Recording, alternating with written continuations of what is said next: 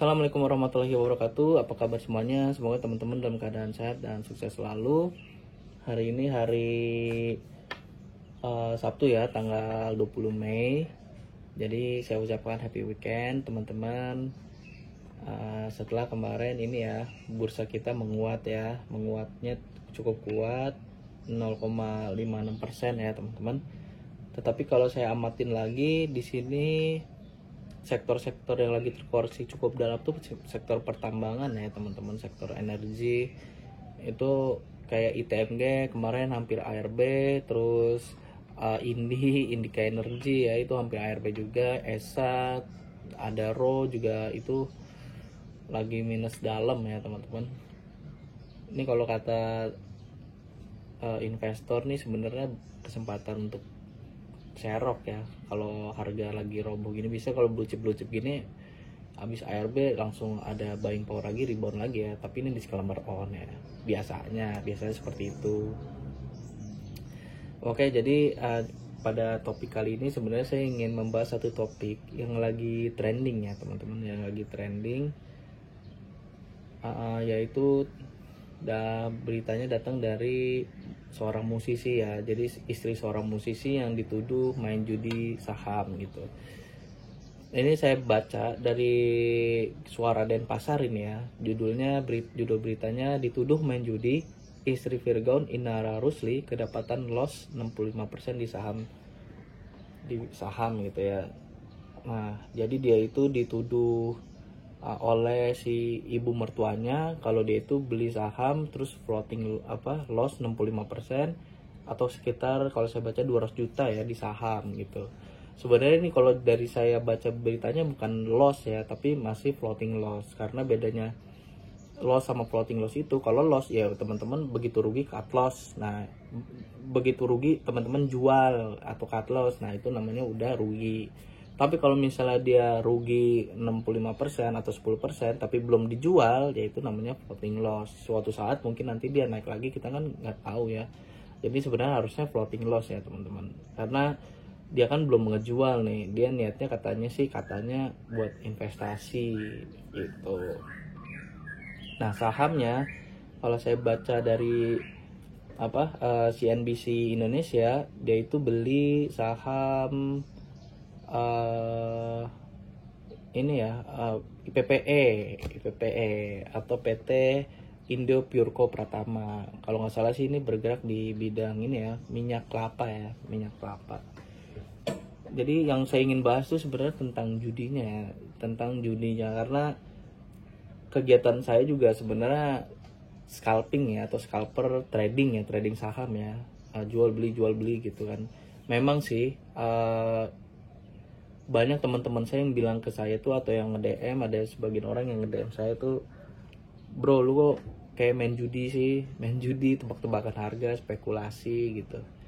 Kelihatannya seperti itu ya teman-teman. Ya kalau kita baca dari Bay, ini saya ambil dari Bay ya, dari liputan 6. Bay sebut investasi di pasar modal bukan judi. Itu investasi berarti kan jangka panjang ya teman-teman. Nah, terus saya baca lagi di sini, Bursa Efek Indonesia menyatakan investasi pasar modal syariah tidak termasuk ke dalam kegiatan judi. Hal itu karena di kegiatan utama pasar modal syariah adalah jual dan beli. Nah, jual dan beli ini kan artinya trading kan, berdagang kan, dagang kan, jual beli ya, beli ketika harga rendah ya, jual ketika harga naik kan, capital gain yang kita incar. Tapi dalam short term gitu ya, sangat pendek ya. Kalau scalping berarti menitan ya, detikan gitu. Beli harga 200, 5 detik kemudian naik 210 ya jual, untung 3%, 4% atau 1%, 2% jual gitu kan. Nah, kalau disebut judi itu sebenarnya lebih ke arah yang berarti saham itu kita sama-sama setuju ya, di sini saham itu bukan judi. Ketika kita beli saham terus kita jual, itu bukan judi kan, bukan judi. Udah ya teman-teman, silakan nanti riset sendiri, cari informasi lagi di YouTube, di Google gitu. Itu banyak. Saya sebelum melakukan trading saham juga udah nyari-nyari ya. Makanya kenapa saya pilihnya saham bukan yang lain, karena memang saya udah ngeriset hal hukum-hukumnya gimana ya.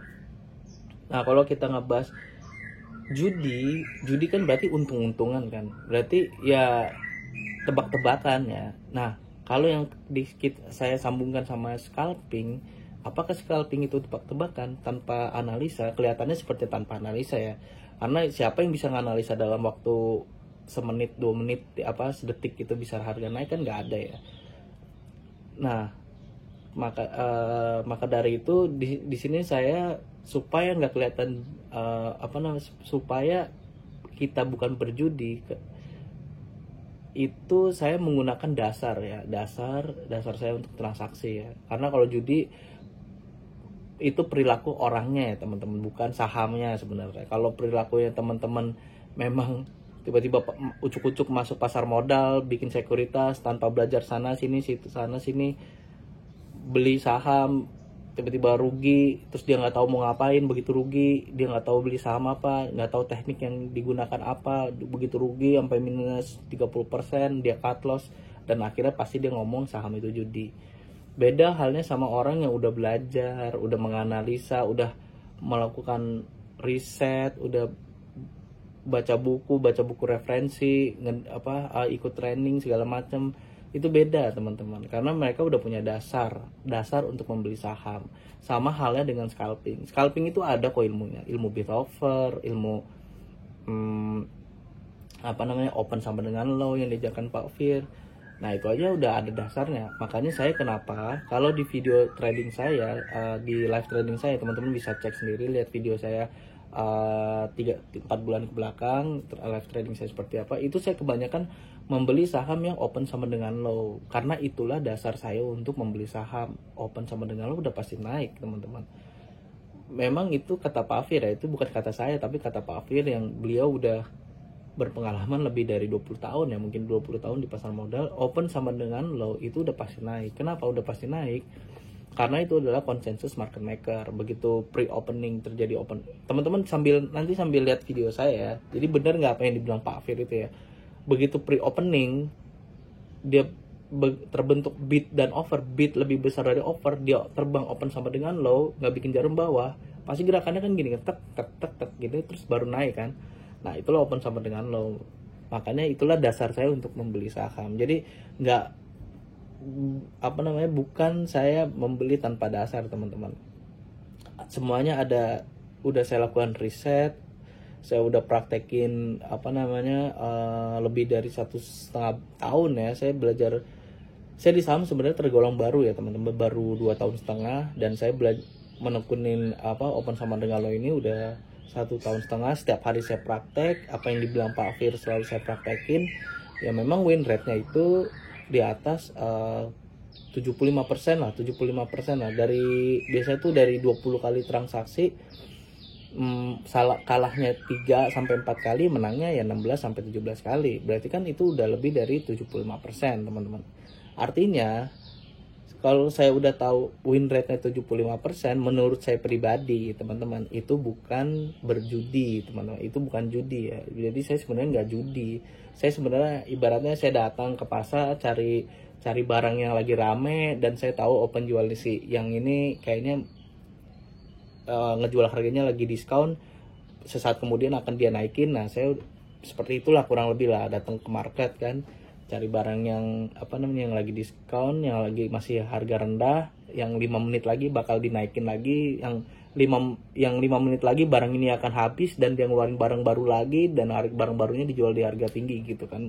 Ibaratnya gitu kan kalau di real di sektor real kan ya. Sebenarnya sama aja teman-teman, kalau saya analogiin secara pribadi ya teman-teman. Jadi sama aja, bahkan kalau kata Pak Fir, dagang saham itu tuh sama aja kayak dagang buah kan. Buah di pasar Majestic gitu kan, kalau kata Pak Fir sama aja kayak dagang seperti itu ya.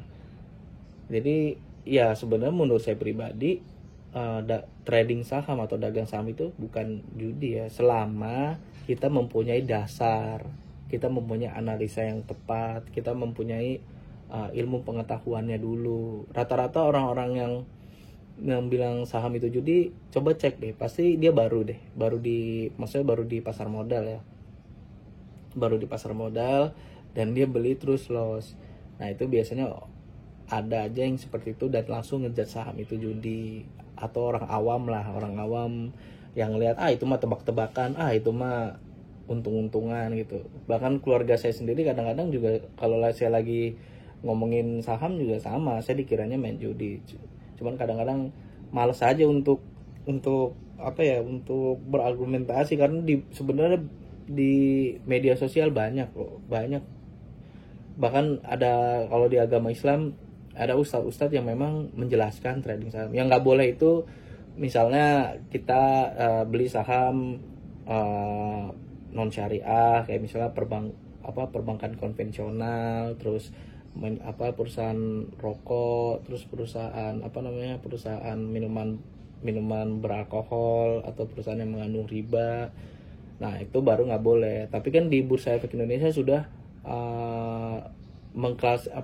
mengklasifikasikan saham-saham yang syariah kan sama yang non syariah, itu udah ada. Ya udah, kita kalau misalnya nggak mau beli saham yang non syariah, pakai aja indeks saham syariah, kan ada kan.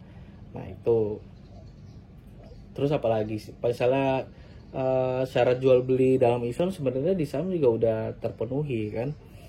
Kayak misalnya ada penjual, ada pembeli, terus ada barang yang diperjualbelikan, ada ijab kabul, ada pembelinya siapa? Ya pembelinya broker, kan ada di broker saham misalnya teman-teman bisa lihat ada seller, ada buyer. Sellernya penjual, buyernya pembeli, itu udah ada kan. Terus ada barang yang diperjualbelikan, ya ada saham, paper aset kan, surat berharga kan masuknya kan. Nah itu barangnya. Ijab kabulnya apa? Ijab kabulnya trade confirmation itu. Trade confirmation nanti kita setiap hari dapat transaksi dapat trade confirmation.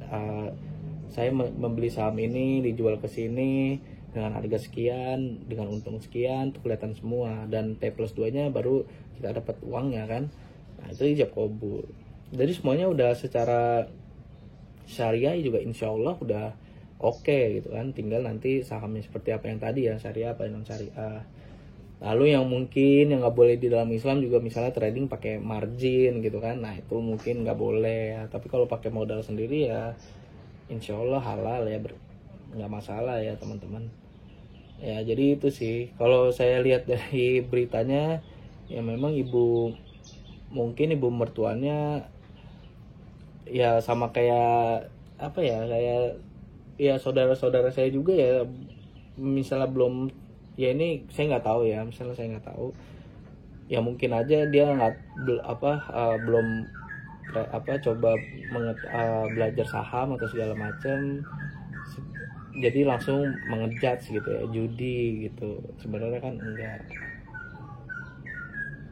memang kelihatannya seperti judi. Saya juga kan kadang-kadang kalau cerita ke orang yang saya lakukan tuh kadang-kadang suka malesnya, nanti nih orang ngomongnya judi lagi, nanti nih orang ngomongnya judi. Sebenarnya kan ya enggak juga sih, sebenarnya enggak juga, banyak sih sebenarnya yang ilmunya tuh banyak ya, scalping. Bahkan ada influencer investor gitu ya ngomong tuh trading tuh judi gitu. Judi ya gimana ya, susah juga dijelasinnya gitu, karena ya semua orang kan beda-beda ya ininya ya, maksudnya beda-beda pengetahuannya beda ya, jadi malas aja berdebat gitu ya. Saya lebih ngindarin debat sih sebenarnya sih ketimbang ini. Jadi itu ya, kalau menurut saya pribadi trading saham itu bukan judi. Teman-teman nanti silahkan lihat lagi di YouTube banyak ya, di Google juga banyak, di media sosial banyak yang menjelaskan tentang trading saham itu judi atau bukan gitu. Ya jadi itu aja sih video saya kesempatan kali ini. Semoga nih istrinya Virgon, Inara Rusli, keluar dari nyangkutnya ya. Ini kan kalau teman-teman di Bursa Efek kan nyebutnya nyangkut ya. Semoga dia bisa nyangkut, bisa keluar ya dari saham IPP dengan keuntungan yang banyak ya, amin ya, supaya nggak dituduh lagi. Jadi itu aja video saya. Semoga video saya menjadi referensi yang bermanfaat buat teman-teman. Kurang lebihnya mohon maaf. Assalamualaikum warahmatullahi wabarakatuh.